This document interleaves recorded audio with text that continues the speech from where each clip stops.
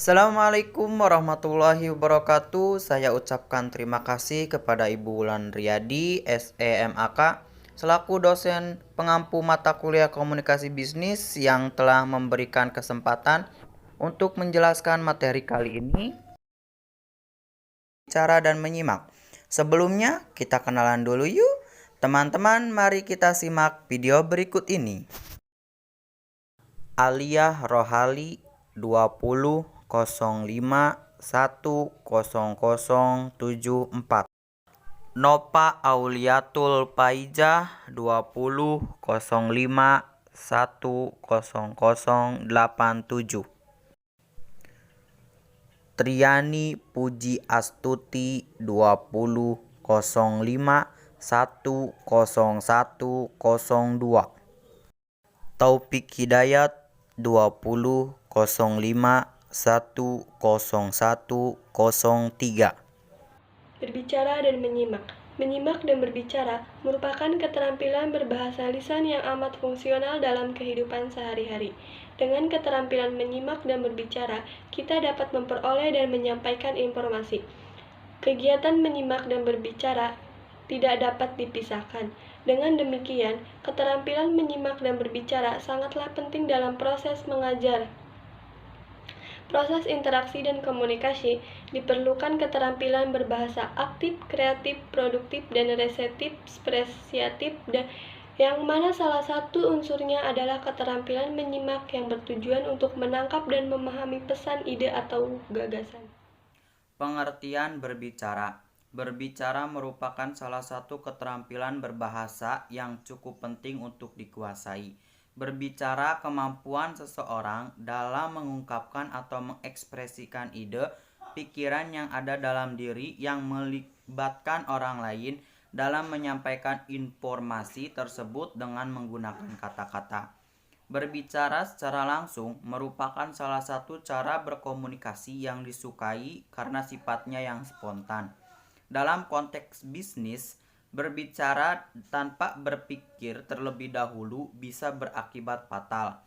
Penyampaian informasi secara lisan melalui pengucapan kata-kata disebut berbicara. Terlebih lagi, selain informasi juga dapat disampaikan perasaan dan ide-ide seseorang dengan berbicara. Faktor yang mempengaruhi kelancaran berbicara. Berbicara bagi sebagian orang merupakan hal yang mudah, tetapi tidak jarang menjadi hal yang sulit bagi sebagian orang lain.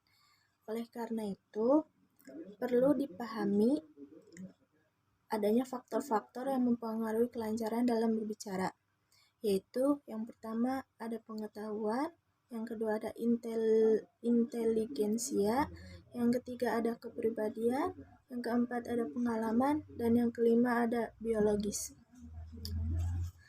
Selain itu, ada dua faktor utama yang mempengaruhi speaking performance mahasiswa dalam kegiatan berbicara, khususnya dalam bahasa Inggris, yaitu faktor linguistik dan non-linguistik. Nah, faktor linguistik meliputi kosakata, pengucapan, dan tata bahasa, sedangkan faktor non-linguistik mencakup kepercayaan diri, kecemasan, dan penguasaan topik. Dan kelemahan berbicara.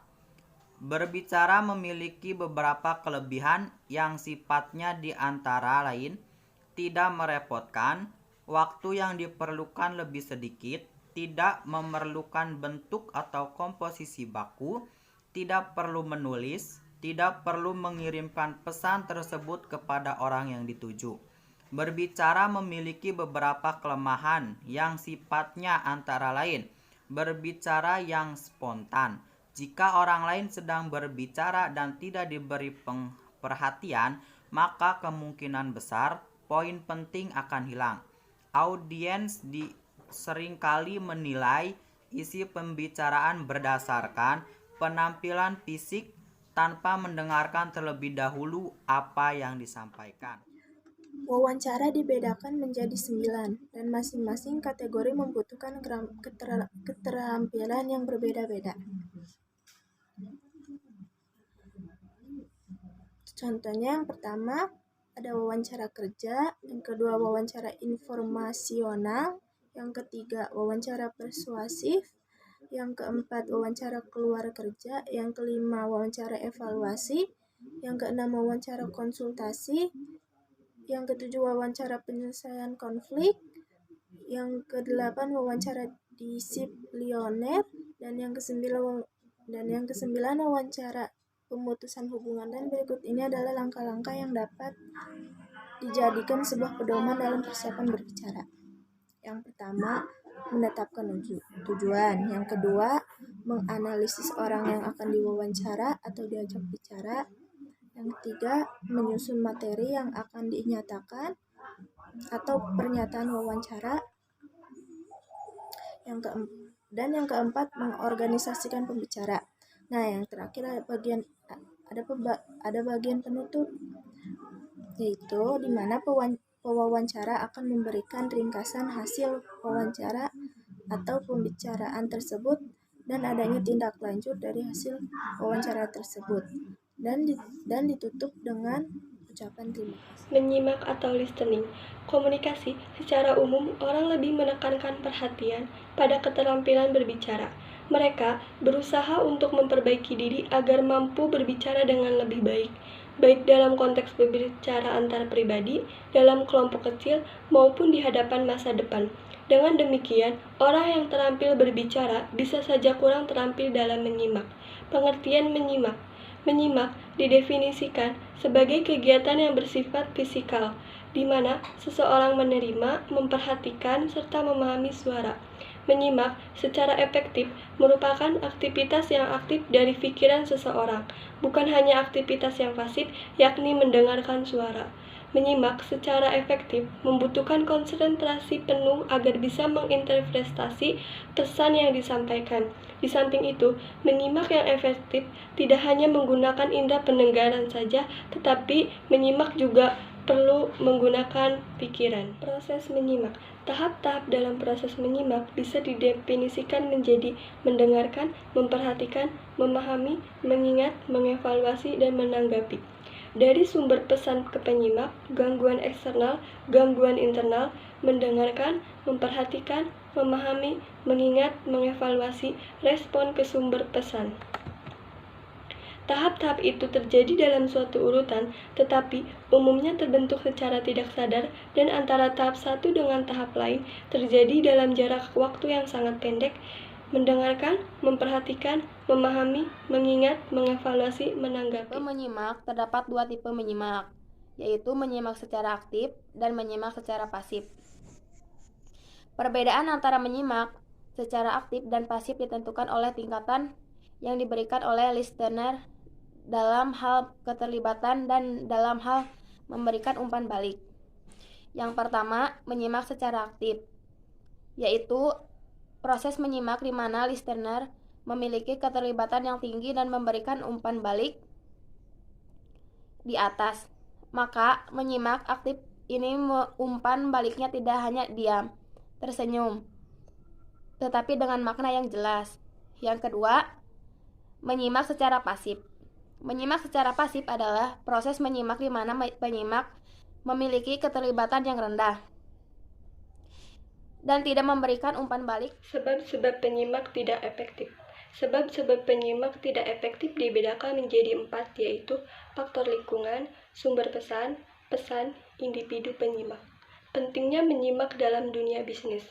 Kebutuhan menyimak dalam dunia bisnis tidak diragukan lagi.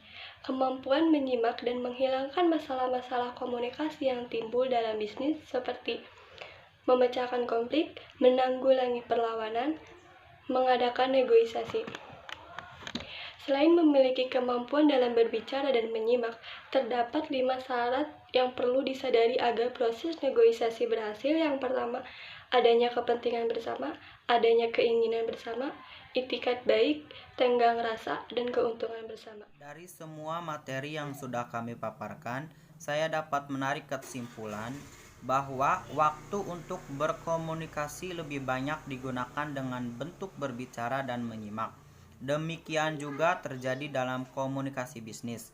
Dalam aktivitasnya sehari-hari, para pelaku bisnis lebih banyak menggunakan waktunya untuk menyimak daripada berbicara.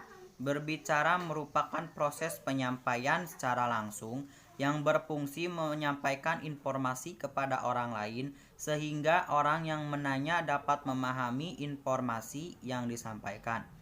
Menyimak dan berbicara merupakan keterampilan berbahasa lisan yang amat fungsional dalam kehidupan sehari-hari. Dengan keterampilan menyimak dan berbicara, kita dapat memperoleh dan menyampaikan informasi. Kegiatan menyimak dan berbicara tidak dapat dipisahkan. Proses interaksi dan komunikasi diperlukan keterampilan berbahasa yang aktif, produktif, kreatif, dan reseptif ekspresiatif yang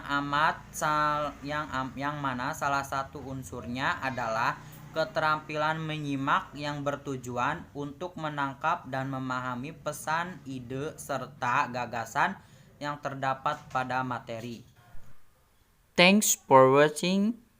See you again. Bye bye.